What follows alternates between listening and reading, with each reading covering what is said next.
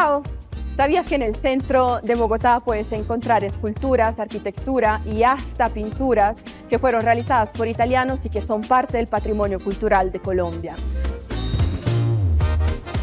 Huellas Italianas es un proyecto del Instituto Italiano de Cultura de Bogotá, con el cual buscamos destacar las contribuciones de los artistas italianos al patrimonio cultural de Colombia. Síguenos en nuestro recorrido para conocer la historia de los artistas que marcaron la unión entre Colombia e Italia.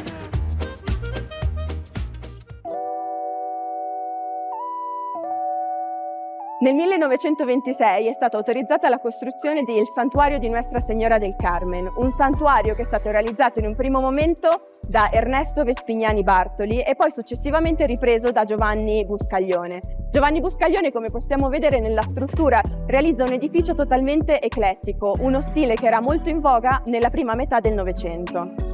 Ma torniamo un po' indietro nel tempo, all'epoca che precedette la costruzione della chiesa attuale. Nel 1606 Dona Elvira Gutiérrez de Padilla trasformò questo spazio nel monastero di San José delle Monache Carmelitane. Si trasformò immediatamente in uno dei centri più importanti per la religiosità della città di Bogotà, fino al 1861, quando il presidente Tomás Cipriano de Mosquera caccia le Carmelitane dal territorio colombiano, diventa un ospedale militare. Trascurato e in parte abbandonato, è stato recuperato nel 1890, quando il presidente Rafael Núñez affida la gestione dello spazio ai salesiani di Don Bosco, i quali qui iniziano la loro opera educativa. Il legame con il gotico italiano si riconosce subito nella struttura del santuario. A differenza del gotico del nord Europa, dominato da vetrate e rosoni che inondano gli spazi di luce, in Italia l'architettura rimane più solida e legata alla tradizione romanica. Le chiese gotiche italiane, infatti, conservano mura spesse e una verticalità più contenuta. Nel santuario ritroviamo elementi gotici, come i rosoni, le volte a crociera e gli archi ogivali, ma emergono anche influenze bizantine e arabe che contribuiscono al suo carattere eclettico e decorativo. Nel tempo i salesiani ampliarono l'offerta accademica. Oltre alla falegnameria, alla lavorazione del ferro e alla sartoria, introdussero anche la tipografia, un campo nel quale i salesiani divennero i pionieri nell'arte in Colombia.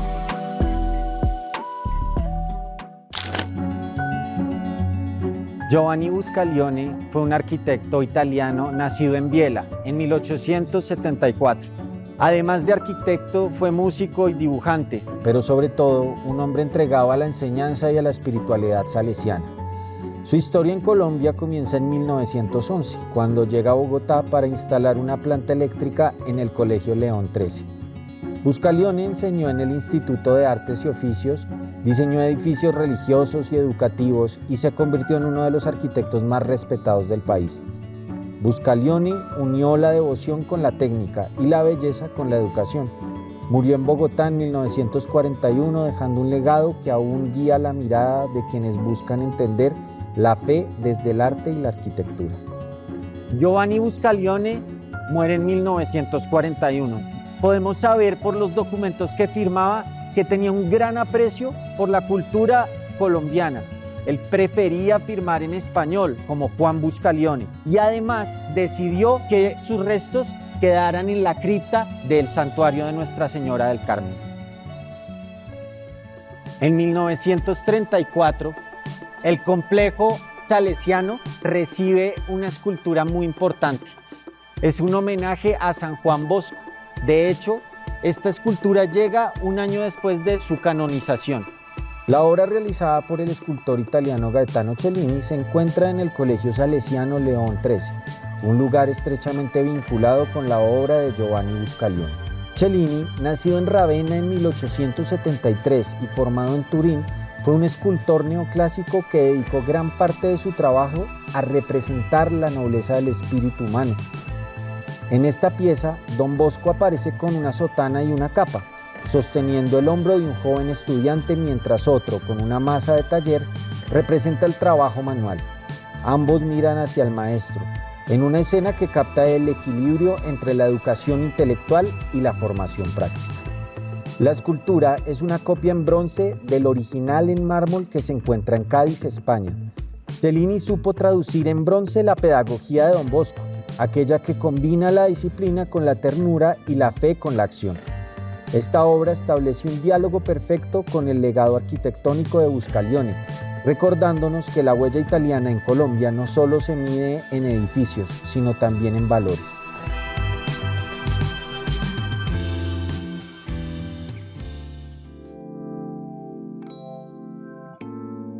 Estamos ante una de las joyas arquitectónicas más importantes del centro de Bogotá. El Teatro Colón es una síntesis del arte y de la técnica italiana del siglo XIX. Su construcción, iniciada en 1885 bajo la dirección de Pietro Cantini, reunió a varios artistas y artesanos provenientes de Italia y Suiza que transformaron su interior en una obra total. Cantini diseñó el edificio siguiendo el modelo de los teatros italianos en forma de herradura, donde el público y la escena se funden en un mismo espacio. Si nos fijamos, vamos a encontrar este color particular que predomina en todo el centro de Bogotá. Esta se conoce como la piedra de cantera. Es una piedra que abundaba en la región de la Sabana de Bogotá.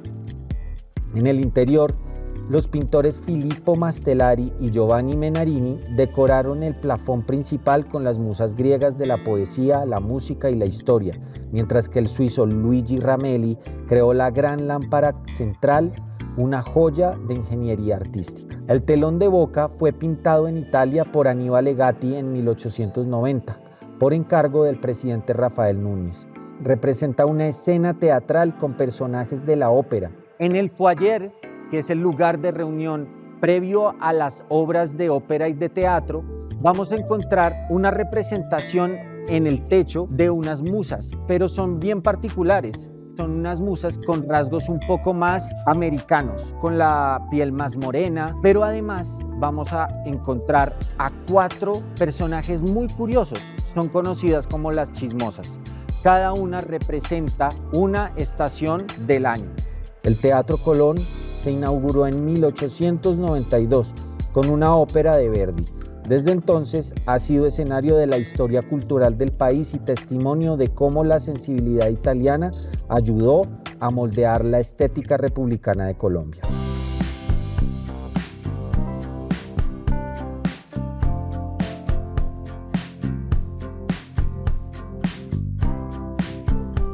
Ci troviamo davanti alla statua di Simón Bolívar, la quale è stata realizzata da Pietro Tenerani, uno scultore italiano toscano formatosi tra Torino e Roma. È stato allievo di Antonio Canova e tra i più importanti rappresentanti del neoclassicismo italiano.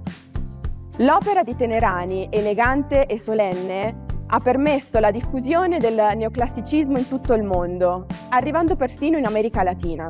A Pietro Tenerani si deve la realizzazione della prima scultura commemorativa a Simón Bolívar, la quale possiamo trovare nella Plaza de Bolívar a Bogotà. Si tratta di un'opera che nasce dalla volontà di un privato, da José Ignacio París Ricaurte, che l'ha voluta in un primo momento per decorare una delle case che gli aveva lasciato in dono giustamente lo stesso Bolívar. Fu successivamente nel 1848 che il Congresso della Repubblica di Colombia ha deciso di prendere la statua e metterla nella piazza principale della città di Bogotà, che a partire da quel momento ha iniziato a chiamarsi Plaza de Bolívar. La statua fu fusa in bronzo, non a Bogotà ma a Monaco di Baviera, e rappresenta il Libertador con una toga alla romana, in mano la Costituzione e nell'altra mano la spada.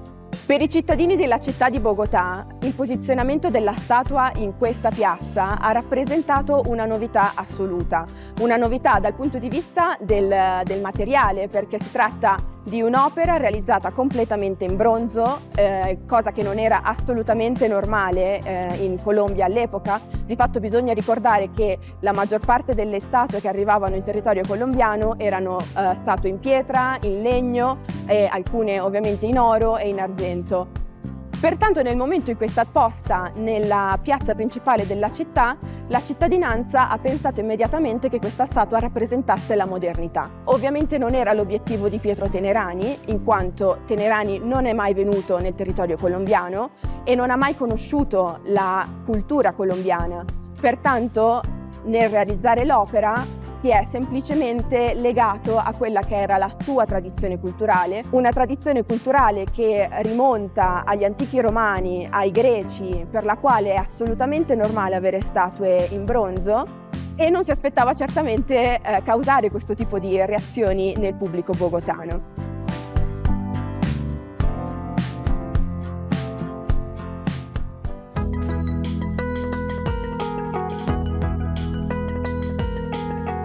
A finales del siglo XIX, cuando Colombia buscaba consolidar su identidad republicana, un arquitecto florentino fue llamado a terminar uno de los proyectos más ambiciosos de la nación, el Capitolio Nacional.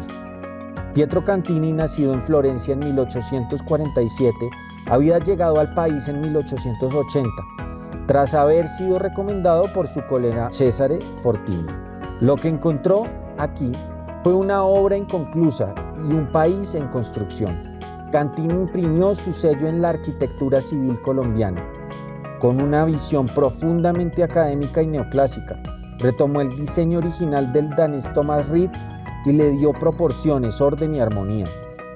Sus intervenciones en el Capitolio fueron precisas. Trabajó en la fachada, la ornamentación interior y la integración de elementos estructurales modernos para la época. También introdujo innovaciones técnicas como el uso de la electricidad y creó una escuela de oficios para formar artesanos locales. Su vida en Colombia fue larga y productiva. Además del Capitolio, diseñó el Teatro Colón y la Capilla de Santa Isabel de Hungría en la Catedral Primada. Cantini murió en Suezca en 1929, dejando una huella profunda en el paisaje urbano de Bogotá.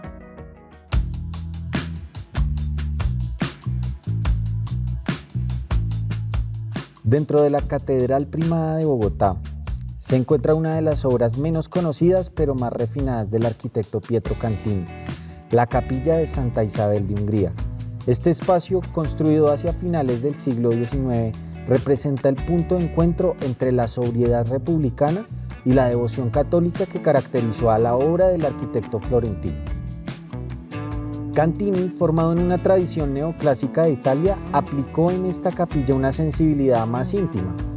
La dedicó a Santa Isabel de Hungría, patrona de los enfermos y los pobres, y diseñó su interior con una delicada armonía de mármoles, columnas y molduras, la cual tenía una composición equilibrada y bastante silenciosa. Contrasta con el esplendor monumental del resto del templo. Cada línea parece pensar para guiar la mirada hacia el altar, donde la figura de la santa se representa con una expresión de humildad y compasión. Siamo arrivati alla fine del nostro tour alla scoperta della Huella Italiana a Bogotà. Grazie per averci seguito. Ciao!